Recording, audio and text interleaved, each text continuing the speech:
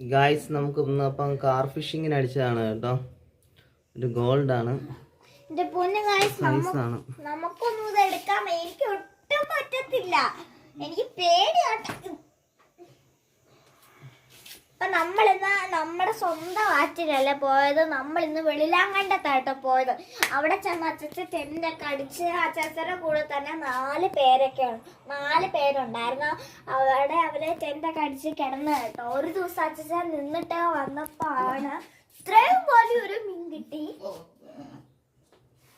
എടുത്ത ഉയ്യോ എന്റെ മോനെ റങ്കച്ചിട്ടൻ കാണിക്കുമെന്ന് പറഞ്ഞാൽ കാണിക്കും.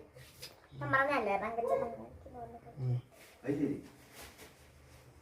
മത്സ്യവും ഗോൾഡ് ഫിഷ് എല്ലാം കൂടെ എങ്ങനെ ശരിയാകും മോനെ